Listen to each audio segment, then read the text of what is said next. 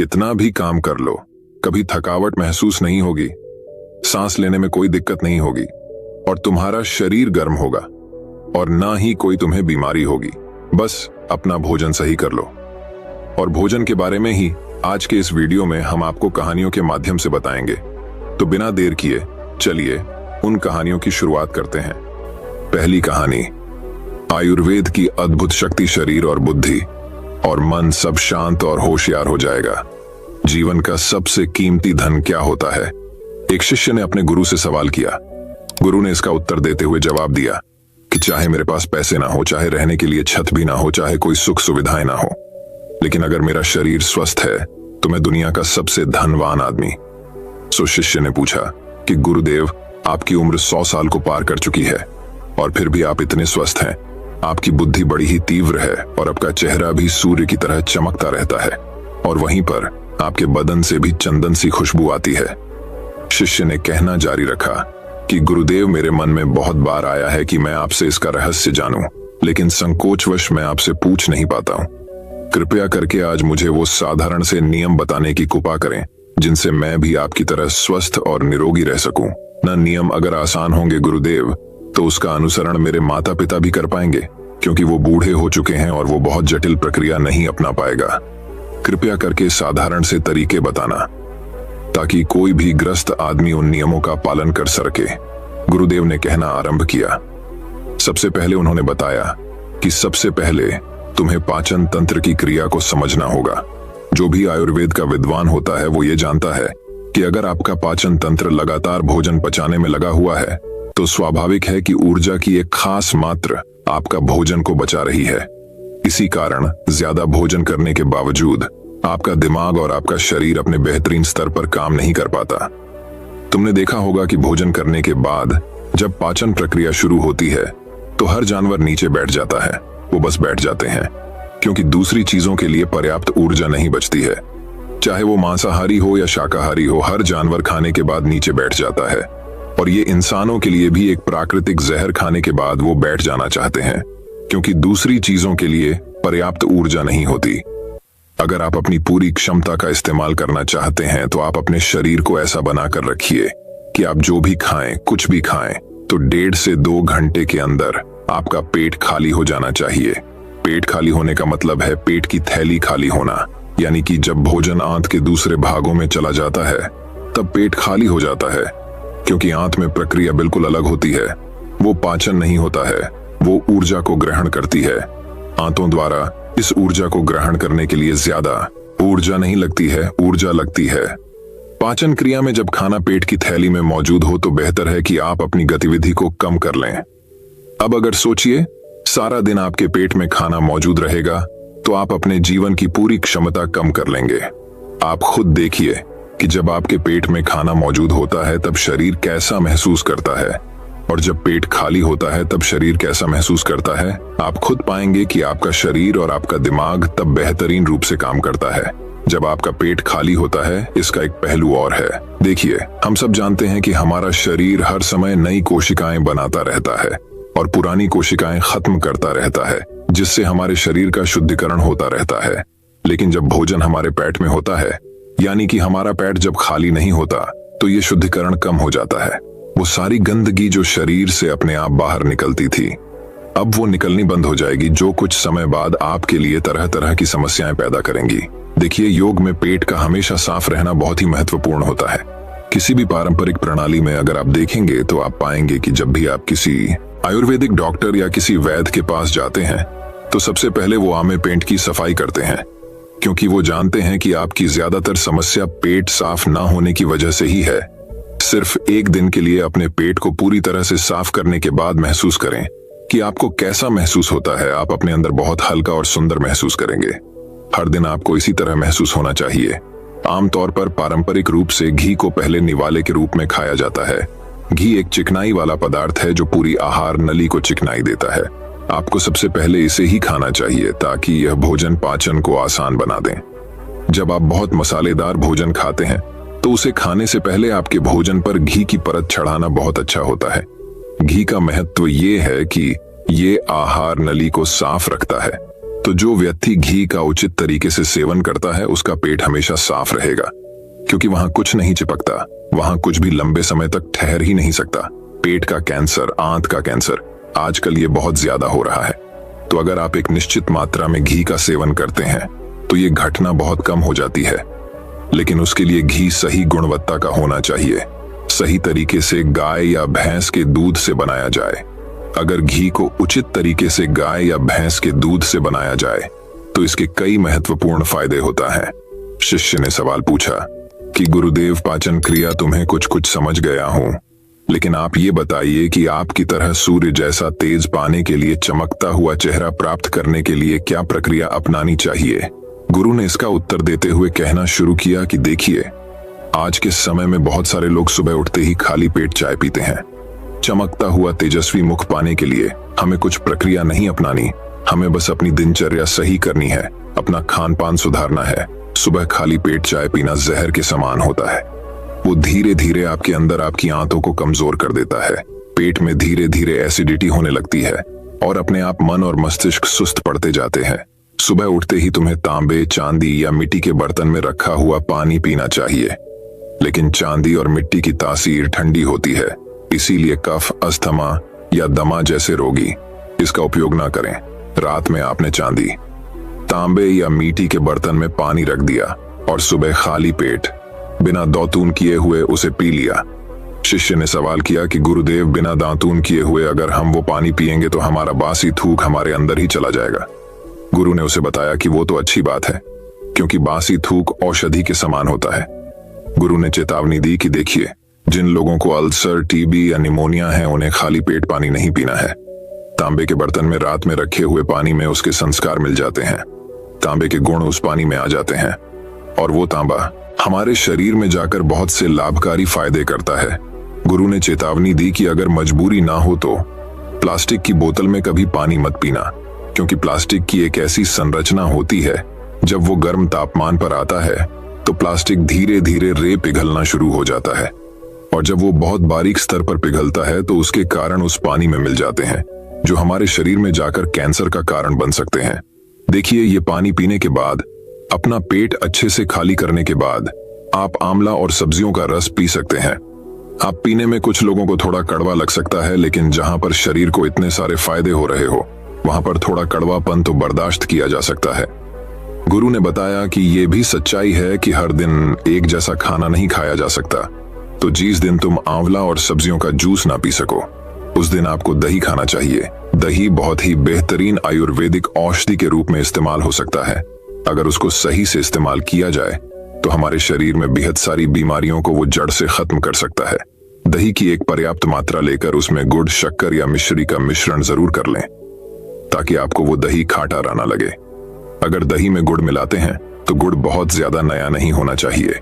गुड़ जितना ज्यादा पुराना होगा उतना ही लाभकारी होगा, और दही को थोड़ा पतला कर ले। पतला होने के बाद वो आसानी से हमारे शरीर में जा सकता है और उसको पचने में भी ज्यादा ऊर्जा शरीर को नहीं लगानी पड़ती। आयुर्वेद के गणित के हिसाब से अगर आप सुबह इन प्रक्रियाओं का पालन करते हैं तो आपके चेहरे का तेज बढ़ने लगेगा, उस पर चमक आने लगेगी। जल्द ही लोग आपसे बोलना शुरू कर देंगे कि भाई, आपकी उम्र इतनी ज्यादा हो गई लेकिन आप लगते नहीं हो। इतनी उम्र के सन्यासियों और मुनियों जैसा तेज पाने के लिए ध्यान और आयुर्वेद के नियम के हिसाब से खान पान, ये दो चीजें सबसे ज्यादा जरूरी होती हैं। अगर ग्रस्त आदमी भी इन नियमों का पालन करता है तो वो भी सन्यासियों जैसा तेजस्वी हो सकता है। शिष्य ने आखिरी प्रश्न किया कि गुरुदेव, मुझे ये दो नियम तो अच्छे से समझ में आ गए हैं। पहला नियम, अपने पेट को खाली रखेंगे तो हर बीमारी से मुक्त रहेंगे। दूसरा नियम कि हम अपने चेहरे पर ओज और तेज कैसे प्रकट कर सकते हैं। बस एक आखिरी समस्या का समाधान और करवाना है। मैं आपसे पूछना चाहता हूं कि जैसे जैसे आदमी की उम्र बढ़ती है तो उसके आंखों की और उसके दिमाग की क्षमता कम होती जाती है, तो उस क्षमता को बरकरार बनाए रखने के लिए किन नियमों का पालन करें, या फिर क्या खान पान अपने दैनिक जीवन में अपनाएं। गुरु ने खुद की तरफ इशारा करते हुए कहा कि जैसे जैसे उम्र बढ़ेगी वैसे वैसे बुद्धिमान होते जाओगे। बस मैं जो नियम बता रहा है उनको ध्यान से सुन लो। सुन लोगे तो सारी समस्याएं हल हो जाएंगी। सबसे पहले सफेद कद्दू के औषधीय गुणों के बारे में जानो। आयुर्वेद के गणित के हिसाब से सफेद कद्दू का जूस कैंसर को मिटाता है और साथ ही दिमाग की तीक्ष्णता को बढ़ाता है। तीक्ष्णता यानी कि तेज, बारीक बुद्धि। लेकिन यह समझ लेना कि सफेद कीड़ा का जूस ठंडा होता है, इसीलिए अस्थमा और जिनको सर्दी जल्दी पकड़ लेती हो, ऐसे लोगों को सफेद कद्दू के जूस का सेवन नहीं करना है। दिमाग और आंखों को तेज करने के लिए जो अगला नुस्खा मैं बता रहा हूं, वह हर कोई कर सकता है, बल्कि हर किसी को करना चाहिए। 5 देसी बादाम की गिरी, जो छोटी वाली होती है, क्योंकि वही देसी होती है। बड़ी वाली में इतने गुण नहीं होते हैं, इतना छोटी वाली गिरी में होते हैं। 5 छोटी बादाम गिरी और 1 अखरोट रात को पानी में भिगो दो। सुबह उनके छिलके उतारो और उन्हें किसी पत्थर के खरल में, याद रखना पत्थर का खरल, किसी ऐसे वैसे बर्तन में नहीं, क्योंकि इससे उसकी गुणवत्ता खत्म हो जाती है। उस पत्थर में ये डालने के बाद उसे मथना शुरू करो। धीरे धीरे जब आप उसे पिसेंगे तो वो बारीक होने लगेगा और उसके बाद उसमें दूध डालना शुरू करो। ऊपर से दूध गाय का होना चाहिए, वो सबसे ज्यादा बेहतरीन रहेगा। दिमाग के लिए इस्तेमाल करने को भैंस या बकरी का भी कर सकते हैं, लेकिन गाय का दूध सबसे ज्यादा महत्वपूर्ण हो जाता है। जब दिमागी समस्याओं के बारे में बात आती है तो अब उस बादाम और अखरोट को दूध के साथ पीसना शुरू करो। धीरे धीरे जितना आप पीसेंगे उतनी उसकी गुणवत्ता बढ़ती जाएगी। अब कुछ लोगों को लग रहा होगा कि दूध के साथ हम बादाम यूं ही खा लें, तो या फिर पत्थर के खरल में पीसने की बजाय उसे मिक्सर में पीस लें। तो मैं बताता चलूं कि पत्थर के खरल में उसे पीसने के बाद उसकी गुणवत्ता 100 गुना ज्यादा बढ़ जाती है। अच्छे से गाय के दूध में पीसने के बाद जब आप इसका सेवन करेंगे तो आपकी आंखें और आपका दिमाग, इनके लिए यह बहुत ही लाभकारी रहेगा। जिन लोगों को भूलने की समस्याएं होती हैं, जो छोटी छोटी चीजें रखकर भूल जाते हैं, जो लोग दिमागी रूप से परेशान रहते हैं, तनाव बना रहता है, चीजों के बारे में ज्यादा सोचते रहते हैं, ऐसे लोगों के लिए ये एक ठंडाई का काम करेगा। उनके दिमाग में एक ठंडक पहुंचाएगा, जिससे उनका दिमाग अपने बेहतरीन स्तर पर काम कर पाएगा। शिष्य ने ये नियम अच्छे से कंठस्थ कर लिए और उसके बाद घर जाने के लिए अपने गुरु से आज्ञा मांगी। शिष्य अपने गुरु से आशीर्वाद लेकर अपने घर की तरफ प्रस्थान कर गया। तो दोस्तों, कैसी लगी आज की कहानी? अपनी राय हमें कमेंट में जरूर बताएं। अगर अच्छी लगी हो तो इस वीडियो को और लोगों के साथ शेयर करें। तो चलिए दोस्तों, अब हमारे दूसरे कहानी की शुरुआत करते हैं। दूसरी कहानी, सिर्फ 7 दिनों में सबको पीछे छोड़ दो। एक बार एक गरीब आदमी एक बौद्ध भिक्षु के पास गया और कहता है कि गुरु, मैं अपनी आदतों से बहुत परेशान हूं। मैं बहुत कुछ करना चाहता हूं, लेकिन कुछ नहीं कर पाता। सफलता की ऊंचाइयों को छूना चाहता हूं, लेकिन अपनी आदत से मजबूर है। सच कहा तो मुझे यह भी नहीं पता कि सफल होने के लिए किस गुण की आवश्यकता है। इसलिए मैं उन गुणों के बारे में जानने के लिए ही आपके पास आया हूं। कृपया मेरा मार्गदर्शन कीजिए। बौद्ध भिक्षु ने कहा कि जिस तरह से हम बुरी आदतों से मजबूर होते हैं, उसी तरह अगर हम अच्छी आदतें अपनाएंगे तो हम भी अच्छी आदतों से मजबूर हो जाएंगे, और अच्छी आदतें हमें अपने जीवन में बहुत कुछ हासिल करने में भी मदद करेगी। आज मैं आपको 15 ऐसी सफल आदतों के बारे में बताऊंगा जो आपको सफल बना सकती हैं। मेरी बातें सुनकर भूल मत जाना, बल्कि इन सभी 15 आदतों को अपने दिमाग में याद रखना और धीरे धीरे उन्हें अपने जीवन में लाना शुरू करें, क्योंकि ये आदतें न सिर्फ आपको सफलता दिलाएंगी, बल्कि इतना अच्छा इंसान बनाएंगी जिसे देखकर लोग कहेंगे कि मैं भी ऐसा ही बनना चाहता हूं। 15 सफल आदतों की सूची में पहली आदत है सुबह जल्दी उठना। दुनिया में अगर कोई सबसे सफल और सबसे अच्छी आदत है जिसे हर सफल व्यक्ति अपनाता है, तो वह है सुबह जल्दी उठना और अपना आलस्य त्यागना। अगर आप दिन की पहली किरण निकलने से पहले उठकर अपना काम करना शुरू कर दें और अपने दिन को बेहतर बनाएं, आप मानते हैं कि पूरे दिन में ऐसी कोई चुनौती नहीं होगी जिसे आप पार न कर सके। आपके सुबह उठने के तरीके से पता चलता है कि आप में कितनी इच्छा शक्ति है। अपने लक्ष्य हासिल करना आपके लिए कितना महत्वपूर्ण है। सुबह जल्दी उठने का मतलब है अधिक प्रयास, अधिक मेहनत, जो दूसरों की तुलना में अधिक सफल बनाएगी। अगर आप सुबह देर से उठने की आदत से मजबूर हैं, तो आपको 5 मिनट पहले उठने की आदत डालनी चाहिए और कुछ ही दिनों में आप सुबह जल्दी उठना शुरू कर देंगे। दूसरी आदत है हमेशा कुछ नया सीखते रहना। ये एक अद्भुत आदत है जो हर उस व्यक्ति में पाई जाती है जिसने अपने क्षेत्र सफलता हासिल की है। हमेशा अपने काम के बारे में और अधिक सीखते रहें। हम जीवन में जो कुछ भी सीखते हैं वह जीवन में कभी न कभी काम जरूर आता है। सफल लोग अपने सपनों को हासिल करने के लिए अलग अलग तरीकों का इस्तेमाल करते हैं। उनके सपनों से जुड़ी हर बात जानना चाहते हैं, जिससे उनके सपनों को हासिल करना आसान हो जाएगा। भले ही बात एक लाइन की हो, जिंदगी सीखो, लेकिन हमेशा कुछ नया सीखो। दुनिया में ज्ञान की कोई कमी नहीं है, लेकिन जिस क्षेत्र में आप सफलता चाहते हैं उस क्षेत्र में ज्ञान प्राप्त करने के लिए हमेशा उत्सुक रहें। हो सकता है कि आप कुछ ऐसा सीखें जिससे आप जितना सोचा था उससे अधिक हासिल कर सकें, तो इसके लिए आपको हमेशा एक बच्चे के रूप में सीखना होगा। तीसरी आदत है कम बोलना और अधिक सुनना। हमारे पास 2 कान और एक मुंह है, जिससे हम सुनते अधिक हैं और बोलते आधा हैं। श्रोताओं को कभी नुकसान नहीं होता और उन्हें हमेशा कुछ नया सीखने को मिलता है। कम बात करने का मतलब है कम ऊर्जा बर्बाद करना। लोगों से ज्यादा ना जुड़े और किसी के सामने नरम न बने, किसी से बेवजह बहस न करें, क्योंकि जो लोग कम बोलते हैं वे ज्यादा फायदेमंद होते हैं। जो व्यक्ति शब्द बोलता है उसमें गहराई से सोचने की क्षमता अधिक होती है। जब कोई व्यक्ति कम बोलता है तो वह अपने अंतर्मन से जुड़ा होता है। इनके आंतरिक विचार इतने मजबूत होते हैं कि ये किसी भी सफलता को अपने घुटनों के नीचे ला सकते हैं। 4वीं आदत है असहमत होना और दूसरे को मना करना सीखना। हम कठपुतली नहीं हैं कि लोगों की बातों पर हाँ हाँ करते रहें। आप एक अलग इंसान हैं और आपका सपना अलग है।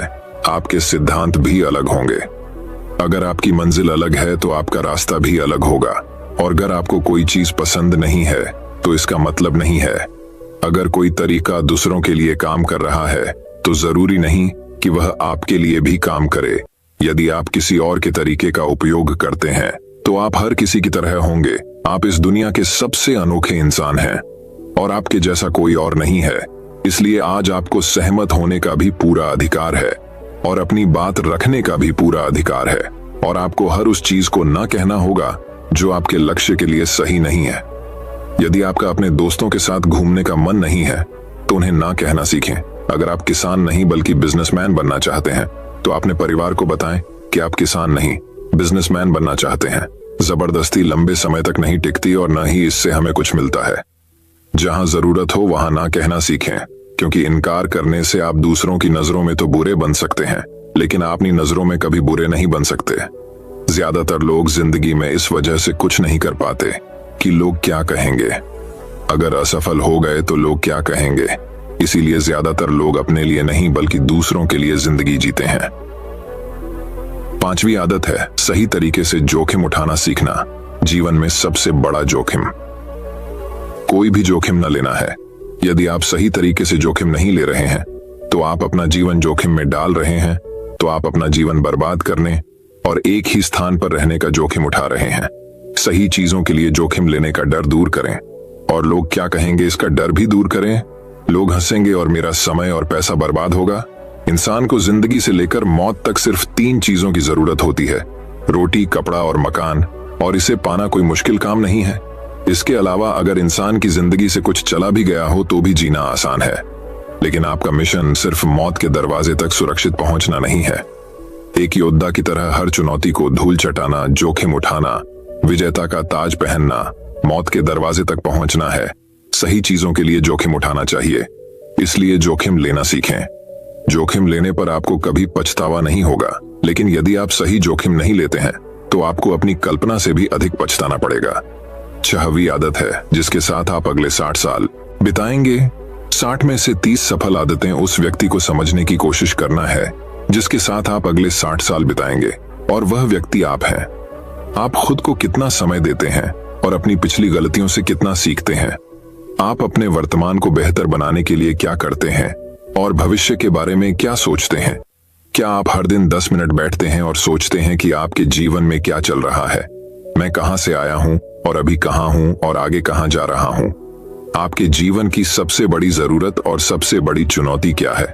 आपको आपसे बेहतर कोई नहीं जानता। अगर कोई आपको समझ सकता है तो आपके अंदर क्या भावनाएं चल रही हैं, ये सिर्फ आप ही समझ सकते हैं। हर दिन अपने आप को 10 मिनट दें और इस 10 मिनट में कोई भी नहीं होना चाहिए।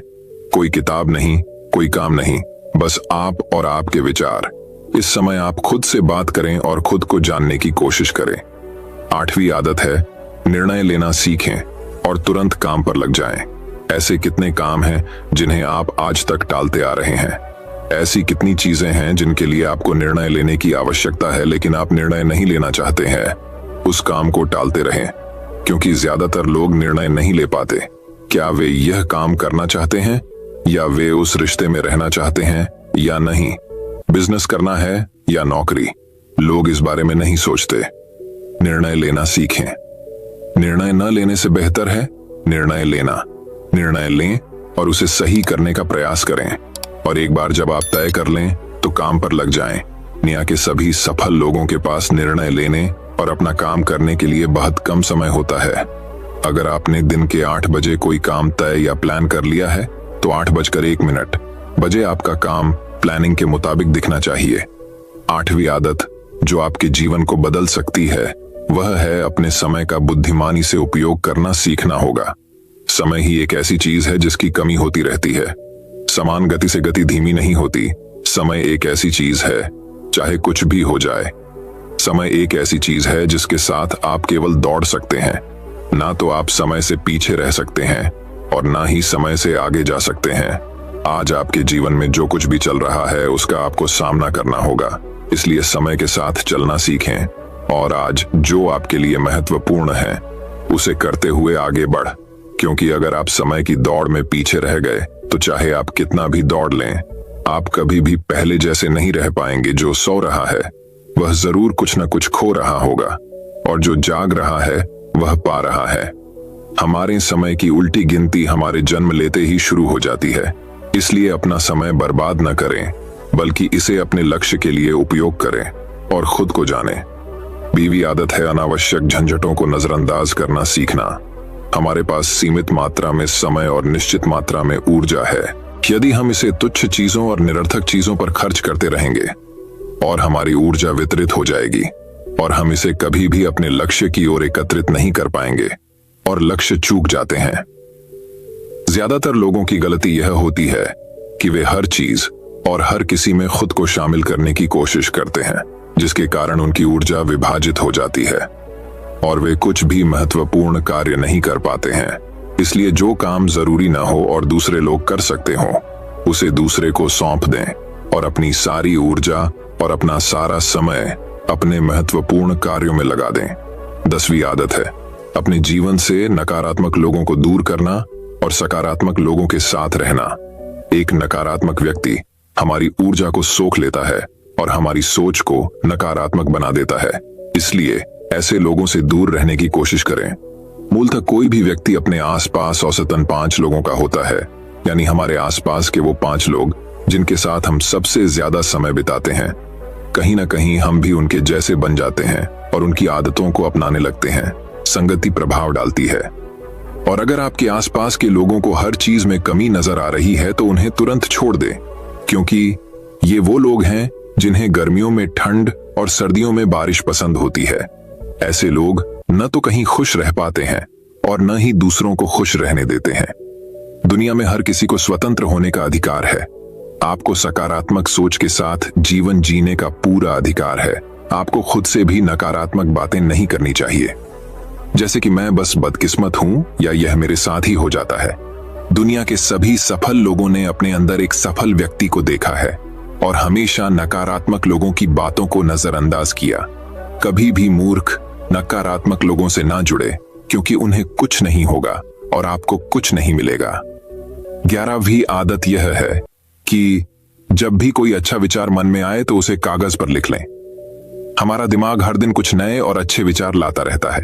यदि हम उन्हें नहीं लिखेंगे तो हम उन्हें हमेशा के लिए भूल जाएंगे। साथ ही अगर आपके पास कोई प्लान है तो उसे अच्छे से लिखें। ऐसा करने से योजना हमारे दिमाग में बैठ जाती है। उन सभी चीजों के बारे में भी लिखें जिन्हें आप पाना चाहते हैं। उन आदतों के बारे में भी लिखें जिन्हें आप छोड़ना चाहते हैं। विचारों को लिखने से हमारे दिमाग से उन्हें याद रखने का बोझ कम हो जाता है और फिर हमारा दिमाग अपने नए विचारों के बारे में सोचने के लिए स्वतंत्र हो जाता है। 12वीं आदत है स्वस्थ रहना। अधिक स्वस्थ जीवन शैली अपनाएं, कम खाएं और अधिक पचाएं। रोज सुबह प्राणायाम, व्यायाम और ध्यान न सिर्फ आपको स्वस्थ बनाएंगे बल्कि खूबसूरत भी बनाएंगे। और अपना आत्मविश्वास बढ़ाएं। स्वस्थ मन और स्वस्थ शरीर से आप अपने जीवन में अधिक प्रगति कर पाएंगे और अपनी मंजिल तक पहुंचे। पहली खुशी स्वस्थ शरीर है, और यह बात मुझे तब पता चली जब हम गंभीर रूप से बीमार थे। 13वीं आदत है हमेशा खुश रहना और मुस्कुराते रहना। कोई भी रोने वाले व्यक्ति से दोस्ती नहीं करना चाहता या उसके साथ समय बिताना नहीं चाहता, क्योंकि हर किसी के जीवन में दुख और दर्द है, और कोई भी अपना दुख और दर्द क्यों बढ़ाएगा। इसलिए आप मुस्कुराते रहिए, और अगर आप मुस्कुराते रहेंगे तो दूसरे लोगों को आप में उम्मीद की किरण दिखेगी। हो सकता है आपकी मुस्कुराहट किसी और को उसका दर्द भुला दे। मुस्कुराने का मतलब यह नहीं है कि आपको हर समय हंसते रहना चाहिए। मुस्कुराने का मतलब है कि आपको खुश रहना चाहिए। सकारात्मक रहें और सोचें कि आप बेहद भाग्यशाली हैं। आपके जीवन में कोई कमी नहीं है, और अगर कोई कमी है तो आप उसे अभी भर सकते हैं। चौथी आदत है हमेशा अपनी कमाई से कम खर्च करना। भविष्य की परेशानियों के लिए और कुछ न बचाएं। ज्यादातर लोग दिखावे के नाम पर अपनी कमाई से ज्यादा खर्च कर देते हैं और फिर गरीबी से भरी जिंदगी कष्ट में गुजारें। इसलिए अपनी आय को सही तरीके से बढ़ाने का प्रयास करें। अपनी कमाई से कम खर्च करें और भविष्य के लिए कुछ पैसे बचा कर रखें। 15वीं आदत है एक अच्छा और जिम्मेदार इंसान बनना। ऐसी कई चीजें हैं जो आप दूसरों की मदद के लिए कर सकते हैं। दूसरों के कष्टों को कम करने का प्रयास करें और गरीबों को खाना खिलाएं। लोगों के चेहरों पर मुस्कान लाने की कोशिश करें। सफल व्यक्ति वास्तव में तभी सफल कहलाता है जब वह अपने साथ साथ देश और समाज का भी भला करता है। इसलिए लोगों की मदद करें और अच्छे काम करें, और समाज में एक अच्छा उदाहरण स्थापित करने का प्रयास करें। बौद्ध भिक्षु ने बताया कि ये हैं वो 15वीं आदतें जिन्हें अपनाकर आप एक सफल जीवन जी सकते हैं और दूसरों के लिए एक उदाहरण बने। गरीब आदमी को अपने सवालों का जवाब मिल गया तो उसने बौद्ध भिक्षु को धन्यवाद दिया और वह चला गया। तो चलिए दोस्तों, अब हमारे तीसरी कहानी की शुरुआत करते हैं। तीसरी कहानी दोस्तों, बहुत समय पहले की बात है। एक गांव में एक चोर रहता था। वह बड़ा ही चतुर था। एक दिन उस चोर ने सोचा कि जब तक वह राजधानी में नहीं जाएगा और अपना कर्तव्य नहीं दिखाएगा, तब तक चोरों के बीच उसकी धाक नहीं जमेगी। यह सोचकर वह राजधानी की ओर रवाना हुआ और वहां पहुंचकर उसने यह देखने के लिए नगर का चक्कर लगाया कि कहां क्या चोरी कर सकता है। उसने तय किया कि राजा के महल से अपना काम शुरू करेगा। राजा ने रात दिन महल की रखवाली के लिए बहुत से सिपाही तैनात कर रखे थे। बिना पकड़े गए परिंदा भी महल में नहीं घुस सकता था। महल में एक बहुत बड़ी घड़ी लगी थी जो दिन रात का समय बताने के लिए घंटे बजाती रहती थी। चोर ने लोहे की कुछ कीलें इकट्ठी की और जब रात को घड़ी ने 12 बजाए तो घंटे की हर आवाज के साथ वह महल की दीवार में एक एक कील ठोकता गया। इस तरह बिना शोर किए उसने दीवार में 12 कीलें लगा दी। फिर उन्हें पकड़ पकड़ कर वह ऊपर चढ़ गया और महल में दाखिल हो गया। इसके बाद वह खजाने में गया और वहां से हीरे चुरा लाया। अगले दिन जब चोरी का पता लगा तो मंत्रियों ने राजा को इसकी खबर दी। राजा बड़ा हैरान और नाराज हुआ। उसने मंत्रियों को आज्ञा दी कि शहर की सड़कों पर गश्त करने के लिए सिपाहियों की संख्या दोगुनी कर दी जाए, और अगर रात के समय किसी को भी घूमते हुए पाया जाए तो उसे चोर समझकर गिरफ्तार कर लिया जाए। जिस समय दरबार में यह ऐलान हो रहा था, एक नागरिक के भेष में चोर मौजूद था। उसे सारी योजना की एक एक बात का पता चल गया। उसे फौरन यह भी मालूम हो गया कि कौन से 26 सिपाही शहर में गश्त के लिए चुने गए हैं। वह सफाई से घर गया और साधु का बाना धारण करके उन 26 सिपाहियों की बीवियों से जाकर मिला। उनमें से हर एक इस बात के लिए उत्सुक थी कि उसके पति ही चोर को पकड़े और राजा से इनाम ले। एक एक करके चोर उन सब के पास गया और उनके हाथ देख देख कर बताया कि वह रात उसके लिए बड़ी शुभ है। उसके पति की पोशाक में चोर उसके घर आएंगे। लेकिन देखो, चोर को अपने घर के अंदर मत आने देना, नहीं तो वह तुम्हें दबा लेगा। घर के सारे दरवाजे बंद कर लेना और भले ही वह पति की आवाज में बोलता सुनाई दे, उसके ऊपर जलता कोयला फेंकना। इसका नतीजा यह होगा कि चोर पकड़ में आ जाएगा। सारी स्त्रियां रात को चोर के आगमन के लिए तैयार हो गईं। अपने पतियों को उन्होंने इसकी जानकारी नहीं दी। इस बीच पति अपनी गश्त पर चले गए और सवेरे 4 बजे तक पहरा देते रहे। हालांकि अभी अंधेरा था, लेकिन उन्हें उस समय तक इधर उधर कोई भी दिखाई नहीं दिया, तो उन्होंने सोचा कि उस रात को चोर नहीं आएगा। यह सोचकर उन्होंने अपने घर चले जाने का फैसला किया। जो ही वे घर पहुंचे, स्त्रियों को संदेह हुआ और उन्होंने चोर की बताई कार्रवाई शुरू कर दी। फल वह हुआ कि सिपाही जल गए और बड़ी मुश्किल से अपनी स्त्रियों को विश्वास दिला पाए कि वे ही उनके असली पति हैं और उनके लिए दरवाजा खोल दिया जाए। सारे पतियों के जल जाने के कारण उन्हें अस्पताल ले जाया गया। दूसरे दिन राजा दरबार में आया तो उसे सारा हाल सुनाया गया। सुनकर राजा बहुत चिंतित हुआ और उसने कोतवाल को आदेश दिया कि वह स्वयं जाकर चोर पकड़े। उस रात कोतवाल ने तैयार होकर शहर का पहरा देना शुरू किया। जब वह एक गली में जा रहा था, चोर ने जवाब दिया, मैं चोर हूं। कोतवाल समझा कि लड़की उसके साथ मजाक कर रही है। उसने कहा, मजाक छाड़ो और अगर तुम चोर हो तो मेरे साथ आओ, मैं तुम्हें काट में डाल दूंगा। चोर वाला, ठीक है, इससे मेरा क्या बिगड़ेगा। और वह कोतवाल के साथ काट डालने की जगह पर पहुंचा। वहां जाकर चोर ने कहा, कोतवाल साहब, इस काठ को आप इस्तेमाल कैसे किया करते हैं, मेहरबानी करके मुझे समझा दीजिए। कोतवाल ने कहा, तुम्हारा क्या भरोसा, मैं तुम्हें बताऊं और तुम भाग जाऊं तो। चोर वाला, आपके बिना कहे मैंने अपने आप को आपके हवाले कर दिया है, मैं भाग क्यों जाऊंगा। उसकी बात सुनकर कोतवाल उसे दिखाने के लिए राजी हो गया कि काठ कैसे डाला जाता है। ज्यों ही उसने अपने हाथ पैर उसमें डाले कि चोर ने झट चाबी घुमाकर काठ का ताला बंद कर दिया और कोतवाल को राम राम करके चल दिया। जाड़े की रात थी। दिन निकलते निकलते कोतवाल मारे सर्दी के अधमरा हो गया। सवेरे जब सिपाही बाहर आने लगे तो उन्होंने देखा कि कोतवाल काठ में फंसे पड़े हैं। उन्होंने उनको उसमें से निकाला और अस्पताल ले गए। अगले दिन जब दरबार लगा तो राजा को रात का सारा किस्सा सुनाया गया। राजा इतना हैरान हुआ कि उसने उस रात चोर की निगरानी स्वयं करने का निश्चय किया। चोर उस समय दरबार में मौजूद था और सारी बातों को सुन रहा था। रात होने पर उसने साधु का भेष बनाया और नगर के सिरे पर एक पेड़ के नीचे धूनी जलाकर बैठ गया। राजा ने गश्त शुरू की और 2 बार साधु के सामने से गुजरा। तीसरी बार जब वह उधर आया तो उसने साधु से पूछा कि क्या इधर से किसी अजनबी आदमी को जाते उसने देखा है। साधु ने जवाब दिया कि वह तो अपने ध्यान में लगा था, अगर उसके पास से कोई निकला भी होगा तो उसे पता नहीं। यदि आप चाहें तो मेरे पास बैठ जाइए और देखते रहिए कि कोई आता जाता है या नहीं। यह सुनकर राजा के दिमाग में एक बात आई और उसने फौरन तय किया कि साधु उसकी पोशाक पहनकर शहर का चक्कर लगाए और वह साधु के कपड़े पहनकर वहां चोर की तलाश में बैठे। आपस में काफी बहस मुबाहिसे और 2-3 बार इनकार करने के बाद आखिर चोर राजा की बात मानने को राजी हो गया और उन्होंने आपस में कपड़े बदल लिए। चोर तत्काल राजा के घोड़े पर सवार होकर महल में पहुंचा और राजा के सोने के कमरे में जाकर आराम से सो गया। बेचारा राजा साधु बना चोर को पकड़ने के लिए इंतजार करता रहा। सवेरे के 4 बजने आए। राजा ने देखा कि न तो साधु लौटा और कोई आदमी या चोर उस रास्ते से गुजरा, तो उसने महल में लौट जाने का निश्चय किया। लेकिन जब वह महल के फाटक पर पहुंचा तो मंत्रियों ने सोचा, राजा तो पहले ही आ चुका है, हो न हो यह चोर है जो राजा बनकर महल में घुसना चाहता है। उन्होंने राजा को पकड़ लिया और काल कोठरी में डाल दिया। राजा ने शोर मचाया पर किसी ने भी उसकी बात न सुनी।